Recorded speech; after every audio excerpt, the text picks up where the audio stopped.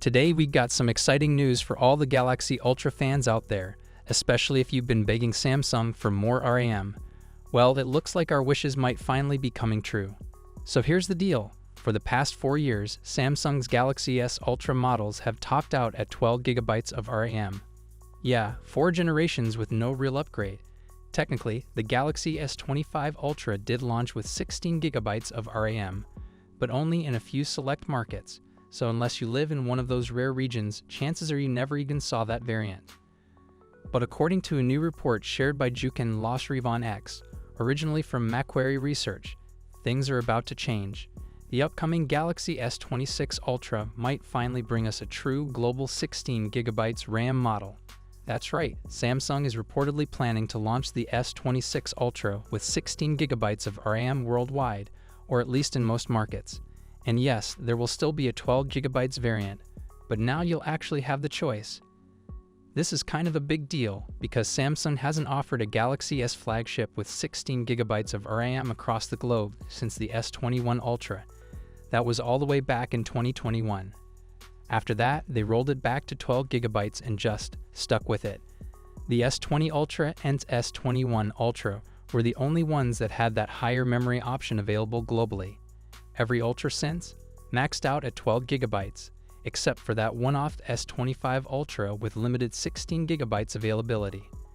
2022 was actually the first time in a decade that Samsung reduced RAM capacity in its Galaxy S line, but now it looks like they're finally reversing course. If the S26 Ultra does launch with 16 GB of RAM across the board, it would be the first true step forward in memory specs we've seen from Samsung in years. Meanwhile, over in Apple land, the upcoming iPhones are rumored to get a RAM boost too, up to 12 GB finally. But still no sign of 16 GB from Cupertino, so this could be Samsung's way of maintaining that performance edge, especially for power users and mobile gamers who actually need that extra headroom. So what do you think? Is 16 GB of RAM a game changer for you, or do you think it's overkill for a smartphone in 2025? Let me know in the comments below. Today, we got some fresh intel about Samsung's next-gen smartphone chip, the Exynos 2600. If you're curious about what's powering the Galaxy S26 series, this one's for you. So a South Korean media outlet just reported that Samsung has officially started mass production on the Exynos 2600 prototypes. This chip is expected to power the Galaxy S26 and Galaxy S26 Plus next year. Here's the kicker. It's going to be made on Samsung's brand new S22 node, which could make it the world's first 2nm smartphone SoC to hit the market. That's a huge leap in chip manufacturing tech. Now here's an interesting twist. While the S26 and S26 Plus will run on the Exynos 2600, the Galaxy S26 Ultra is expected to stick with a Snapdragon chip. But not the special for Galaxy Snapdragon variant Samsung usually uses. This time it's tipped to be the regular Snapdragon 8 Elite 2. That said, Samsung is still working hard to improve production yields. Right now, the Exynos 2600's yield is hovering around 40%, with the goal being at least 50% soon, and ideally above 60% before full mass production kicks off later this year. If this sounds familiar, it's because Samsung faced a similar issue with the Exynos 2500 last year. That chip was delayed and only started rolling out mid-2025 due to production struggles on the S23 node. So there's a chance we might see a repeat with the Exynos 2600, especially since the S22 node is reportedly a rebadged version of S23, called S23P. Also worth noting, the Exynos 2500 is slated for the Galaxy Z Flip 7, while the more premium Galaxy Z Fold 7 will continue to use Snapdragon's 8 Elite for Galaxy chip. At this early stage, it's hard to say exactly how the Exynos 2600 will stack up against competitors like the Snapdragon 8 Elite 2 or MediaTek's Dimensity 9500. Both of those are expected to deliver impressive improvements this generation, so Samsung's got some catching up to do. What do you think? Are you excited to see Samsung pushing the boundaries with 2nm chips, or are you worried about the production hurdles and delays? Drop your thoughts in the comments below. We're now going to run through the full specs, design, and expected pricing to help you decide which one is right for you, so hit subscribe now, and let's dive right into it. First up, the standard Galaxy S26.